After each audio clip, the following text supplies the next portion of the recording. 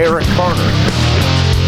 Hello everyone and welcome to the Free Speech Zone. I am your host Eric Barnard, coming to you from Atlanta, Georgia on the CONSTITUTE Noise Network. I am very grateful to be joined today by our latest guest, the former governor of the great state of Georgia, Governor Roy Barnes. Governor, welcome to the Free Speech Eric, Zone. thank you. Thank you for letting me come. I'm glad to have you here, sir.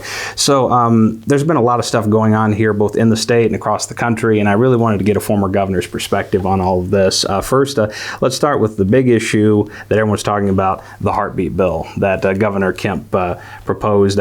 What do you think about this bill being passed, and what do you think of the negative press it's getting and all these film companies that are saying we're going to boycott Georgia and not do business here? Well, I found out a long time ago on the issue of abortion that most people just don't want to hear about it, one way or the other. They don't want generally things changed, but they don't want it pushed on them, either to make it more liberal or more conservative. I thought that the heartbeat bill went too far, and particularly I thought the one in Alabama went too far.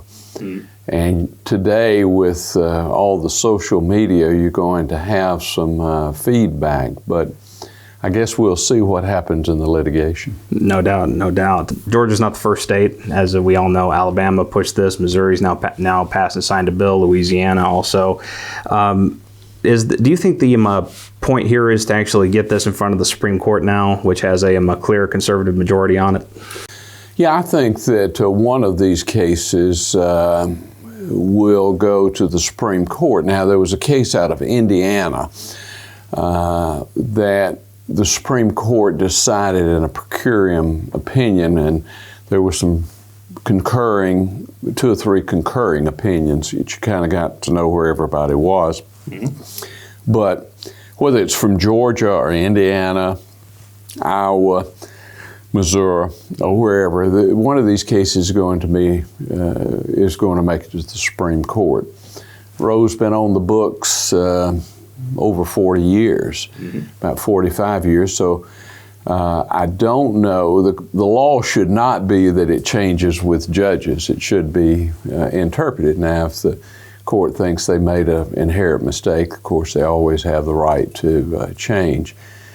I think that the swing vote on the Supreme Court is Chief Justice Roberts. And the reason I say that is because he's conservative, no question about that, but he's also an institutionalist that believes in stare decisis. There's a doctrine in the law called stare decisis that means subsequent cases are controlled by the holding in a prior case.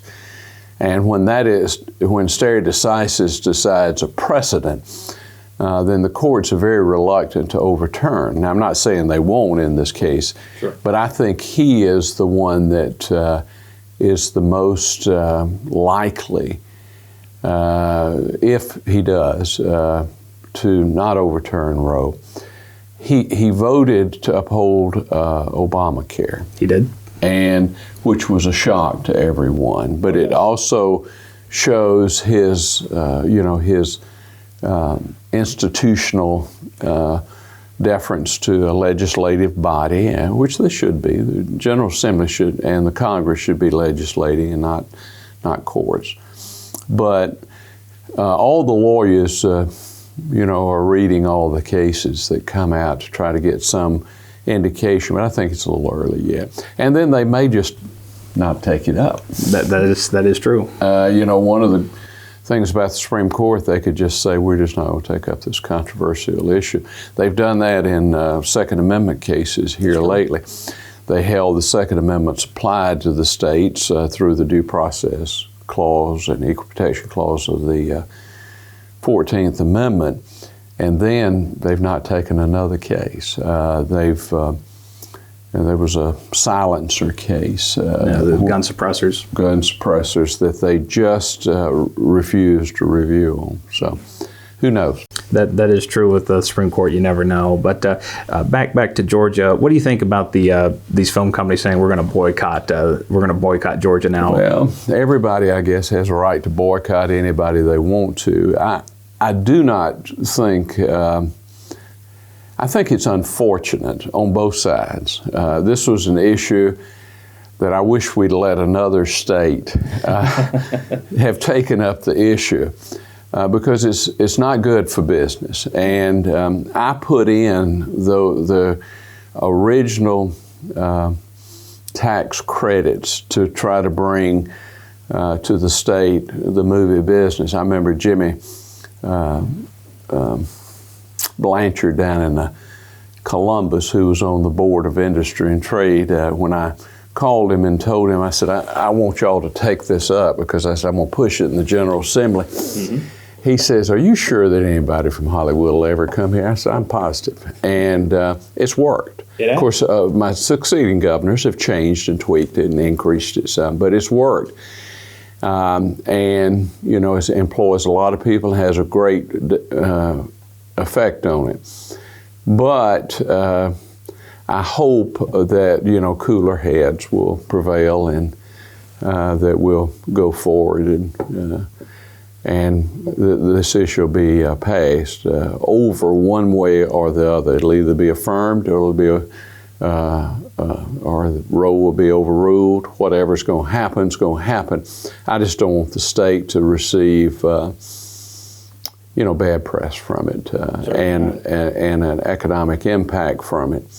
As I said, I thought the bill went too far, and I would not have voted for it if I had still been in the General Assembly. Neither would I have signed it if I'd been governor.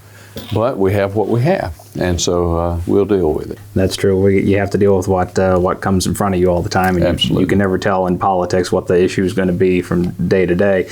Let's talk about some other bad press that George has been getting a little bit, and that's a local issue, and that's with Speaker Ralston. There's been a lot of people angry over his using the privileges of being a legislator to get continuances in cases, and a number of legislators, including a number of Republicans, now want him to resign. Do you think he should resign? No, I do not. I guess I have a different view of some of these. I was a legislator who was a lawyer, and I lived close enough to Atlanta that I came home every night. I didn't stay overnight at the General Assembly. The Speaker lives up in the mountains. He can't do that. That's true. He practices law by himself, which is very common up in the mountains. And in those mountain counties, the courts only come a couple of times a year. I mean, they're on a circuit and they only have jury trials a couple of times a year. Sure. I think that if there's been, I don't know the details of whether he abused or not, but I know that he put through a bill this last session that will allow judges to overrule the legislative leave. And when I was there, you could only be excused while the General Assembly was in session and for 3 weeks thereafter, so you could get home and get ready for trial. Right, because people live all over the state. They did, and it's been expanded over the years, really, since I've left. I've been gone, 16 years, so a lot of things have changed. But I think that the new act will allow any abuses to be controlled, but I'd be very hesitant to criticize or to tell the Speaker that he has to resign because of the news coverage. Sure. Let me tell you this. The worst thing that can happen in Georgia is that you have all professional politicians.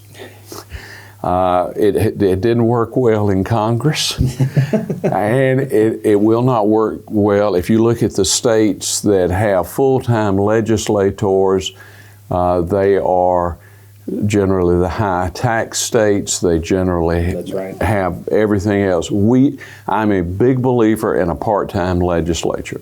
And when you go back home and you're sitting around the coffee table at the cafe, and if somebody didn't like what you're doing, they'll certainly come over and tell you, because I've had them to do it. And that interchange, and Congress never does that, because they're in session all the time. Mm-hmm.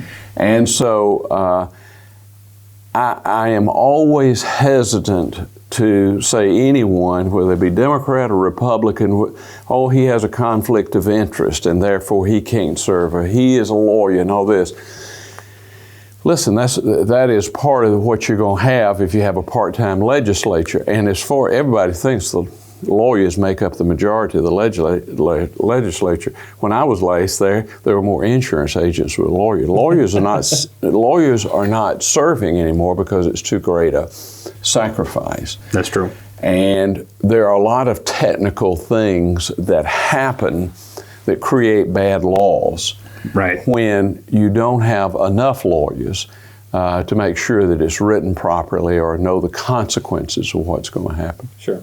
And and again, there's no perfect system. No perfect system. No perfect system, and the anything the legislative process can be finagled. It can be be made to work or not to work. But with Georgia, you know, a lot of people are talking that Georgia is now becoming a swing state or a purple state. So two questions. One, do you think Georgia is moving in that direction? And who do you feel the Democrats can run in the general election against Donald Trump and potentially win, and even win Georgia? Well, it's not out of the ordinary that a Democrat can win Georgia. Bill Clinton won Georgia in 1992. That's right. And they lost it by a very close margin in 1996. But yes, Georgia is a swing state, even more than Ohio. Ohio has really tilted, and our population, by the way, is about the same as Ohio now. That's right. In fact, we're a little larger than Ohio, yes. Our population. And Ohio has been considered to be the classic swing state, but it's tended more Republican over the last few years, and Georgia has tended more Democratic. And you say, well, why? Yeah. There's several reasons why. Our population has become more diverse. However, the greatest change is white women under 40. If you look at the polling data, Donald Trump has really alienated women, particularly under 40. Now, women over 40 or really over 50 he has not, but women under 40 he has, and that's what's changed the suburban areas. It's what's changing Cobb, it's what's changed Gwinnett and Henry, and it'll change some others. We saw that in the election with Lucy McBath. With Lucy McBath, which was a surprise to all of us that look at politics. I thought I didn't think she could win, but she did. And but what's happening is that you've got a change that's going on, and yes, a Democrat could take Georgia. I think, and you just have to look at how close the governor's race was, and you can see that. I think Biden would have a good chance of taking Georgia. I don't think Bernie Sanders could take Georgia. I think Amy Klobuchar, who's Minnesota. I think Cory Booker, who's very impressive when you meet him. I met him years ago. Mm-hmm. So I think there are several that could. I'm not yet acquainted with Kamala Harris, but I've listened to her speak. But I saw Biden last week, and when he was here, and you know, he says the right things. I mean, people. I think the greatest thing that a lot of people are looking for, under normal circumstances, Joe Biden would have a tough race because he's older, even though so is Donald Trump. I mean, we're all older. And he's got, like any of us that have been in politics, we have scars. Oh, yes. And so, but I think that they are so hungry for somebody that is normal. That is, you don't get up every morning and say, what did the president say overnight on Twitter? That's true. What controversy is going on today? People really don't care about controversy. They want to get on with their daily lives, and they want to make sure the government is run as reasonably, as efficiently as it can.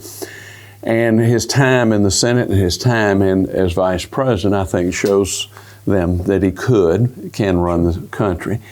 And he's normal. And he, that he won't be creating controversy every day. So for that reason, I think that he's got a good shot. Well, I would agree with you on that assessment. It's a very good assessment. Well, Governor, at this point in the interview, I'm going to pass the torch on to my co-host, Patrick Cunningham. So we're going to get him mic'd up real quick, and he'll be here with you in just a second. Again, I thank you so much. Thank you, Eric. Appreciate it, Thank sir. you. Thank you. The Free Speech Zone.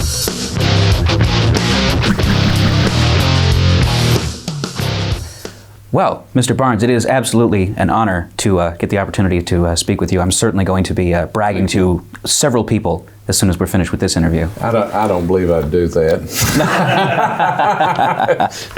Well, anyway, I wanted to touch on some of the things that Eric had asked you about here a few minutes ago. You said a couple of things that I was hoping you could expand on. Sure. First of all, you had mentioned for the part-time legislators, you go back to your hometown in the off season, so to speak, and you're sitting around the coffee table, and people will definitely come up to you and tell you if they didn't like something that you did. Absolutely. It sounded very much like you had some stories. Anything you want to relate? Well, I had a friend, he's dead now, his name was John Mobley, he was a bond lawyer in Atlanta. He used to say that what ruined Congress was air conditioning in the Capitol. Okay. Too comfortable, huh? Too comfortable. He said it used to get so hot in Washington they had to go home about this time of year, June or July. He said then when they air conditioned it, he says they stayed up there all the time. But yes, people will absolutely come up to you. I remember Butch Thompson, I guess has been on my mind. He was a Cobb County Commissioner here, great guy. He just died last week. I never will forget, Butch and I were sitting drinking coffee one morning, and this fella came over and he just gave Butch fits about something he'd voted on in the county commission. Butch looked at him, he says, well, they don't pay us much. He said, I guess you get what you pay for. But people are not bashful about telling you if they disagree with you. And, it's kind of, I think that's good. And even, and you have a duty and obligation to listen. I remember when I was governor and we had all the controversy about the flag, changing the Georgia flag.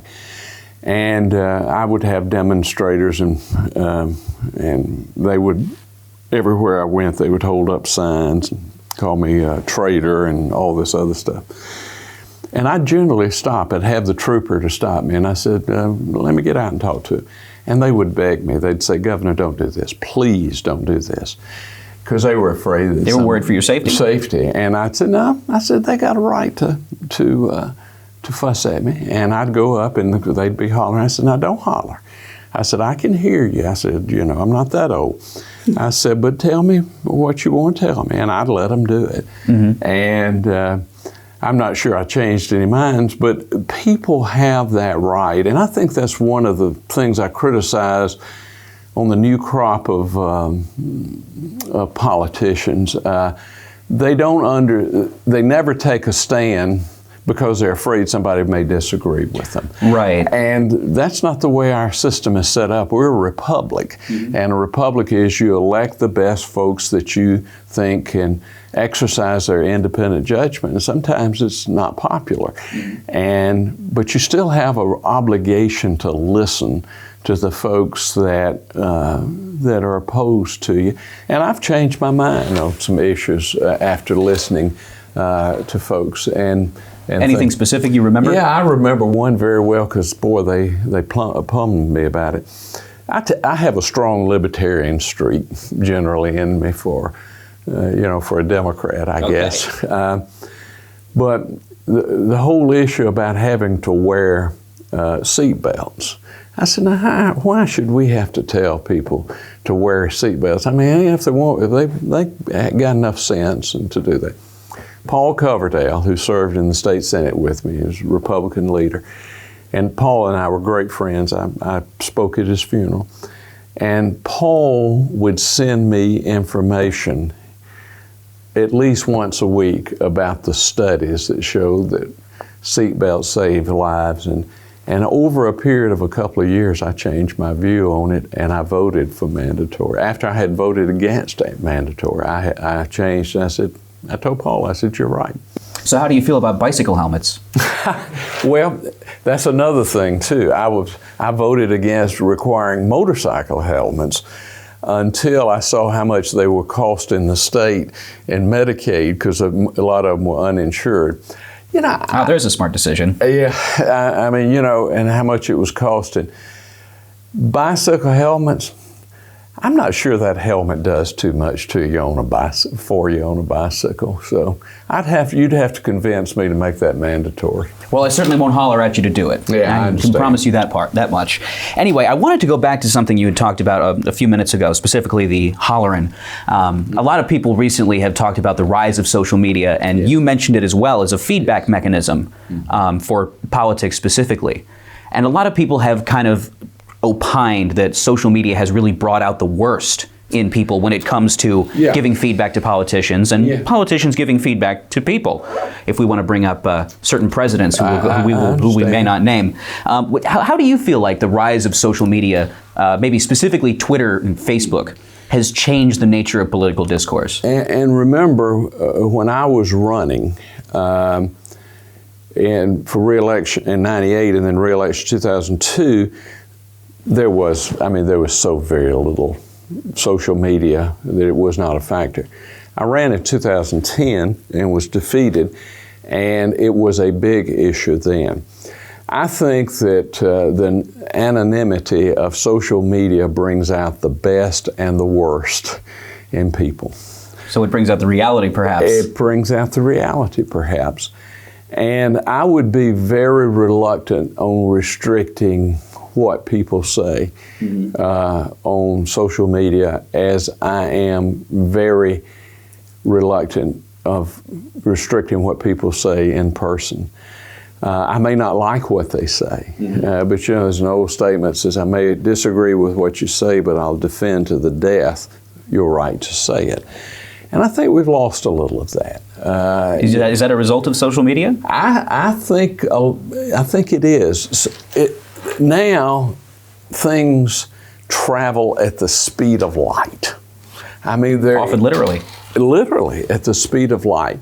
And so a misstatement, gets spread so fast. You know, I have people all the time that tell me, such and such. I said, that's not right. And they'll say, yeah, I saw it on the internet. I said, have you ever heard of a little website called Snopes? You know, it's the one that says what's true and what's not. I said, Snopes.com. I said, you need to have that on speed dial, anything you look at, when you look on social media. But that's part of freedom. I mean, you know, and I think that, you know, we can go from one extreme to the other. And for example, I heard this argument, and a judge asked this question one time. A lawyer was arguing under the Freedom of Information Act, which I am very, the Open Records Act I wrote and passed, enhanced its penalties while I was governor. But it was the case. I was listening to the oral arguments at the Supreme Court on the Daniel Ellsberg case files, and they made a movie out of it, called The Post and everything. I remember Katharine Graham. One of the questions, Justice Supreme Court said, yes, we have freedom of speech and we have freedom to receive information. It says, what if the night before D-Day, someone had made a Freedom of Information request for the D-Day plans? Okay. Would we have to give it to them? And the lawyer handled it very well. Of course, it was Williams, Bennett Williams. He was a great lawyer. And he said, no. He said, you would not have to do that. But after the event was over, you would certainly have to give it to them. That was and which I think is the right approach. I mean, if there's something in national security. Right, I can't just go request secret documents from the CIA, But you can't hide them that way either. You can't, after the event's over, you can't hide them that way.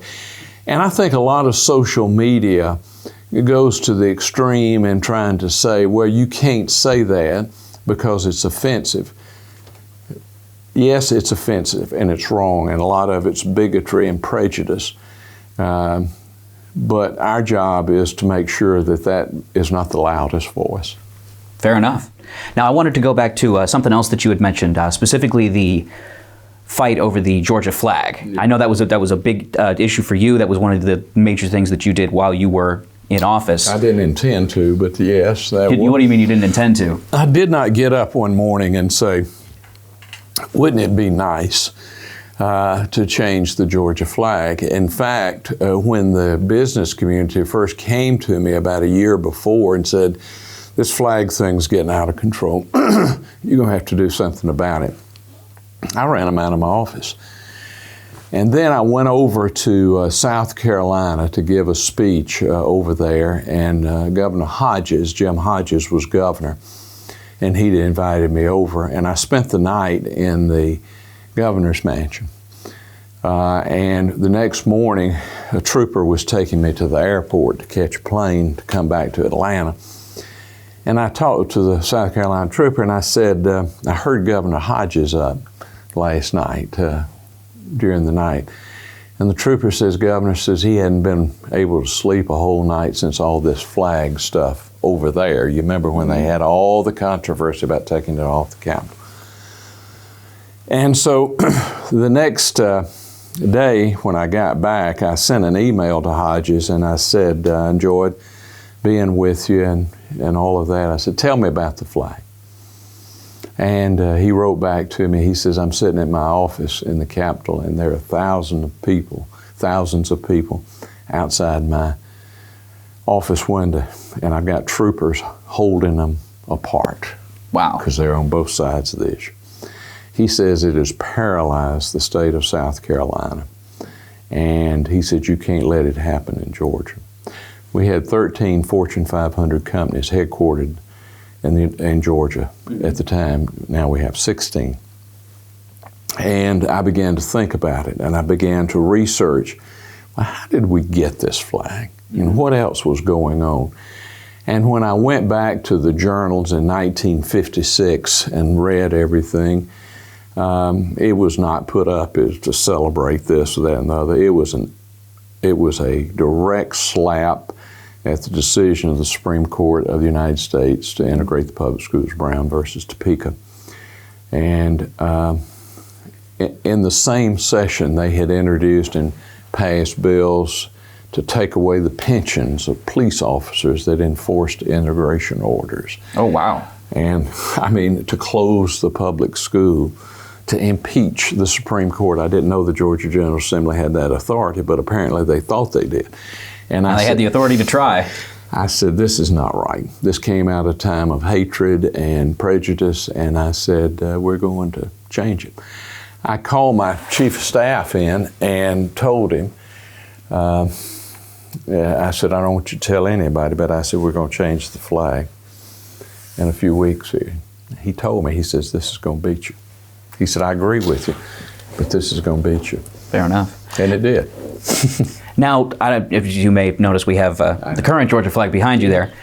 They've gone back to kind of a Confederate-inspired design, the stars and bars, as I believe it's at least colloquially called. It is. So my question to you is, why does Georgia love remembering the Confederacy so much that they just can't get away from this flag? Because obviously we're not dealing with segregation versus integration anymore. No, and I don't understand it. I mean, I'll tell you this one little story that kind of explains that. After the flag change passed in the House and the bill went to the Senate, I was covered up with demonstrators in the Capitol. I had to bring in troopers and everything else. I always came early and worked late, and about 7 or 7:30, I was leaving to go to the governor's mansion, and a trooper was with me.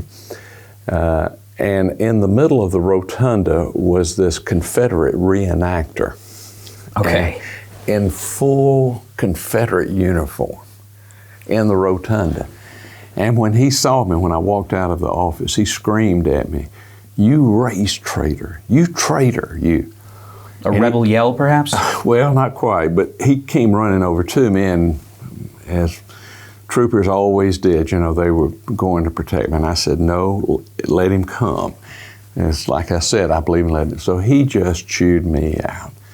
And I couldn't resist it. I said, "Are you finished?" And when he finished, he said, "Yeah, you know." I said, "When y'all reenact those battles, do we still get the dickens beat out of us?" And he just shuddered all over. But you know, there are a lot of people that just can't get over the fact that we rebelled against the government of the United States. And it was for a wrong cause. I mean, it was, everybody said, "Oh, it wasn't fought over slavery." Yes, it was. It was absolutely fought over slavery. I've read all the ordinances of secession, and the ordinances of secession have not one word in them as "we don't like the tariffs that they have put in." It's all about slavery. And as much as you might want to make it some technical issue about states' rights or something. Rights. Yeah, it was about states' rights. It was a state's right to have slavery, to allow slavery, and slavery was wrong. It was our original sin. And we're still having, you know, it's much better than it was. I've watched my time in this county. I graduated from high school in 1966 from the public schools of this county, never went to an integrated school. When I went to the University of Georgia that fall, it had only been integrated 3 years. Was that a bit of a culture shock? It was.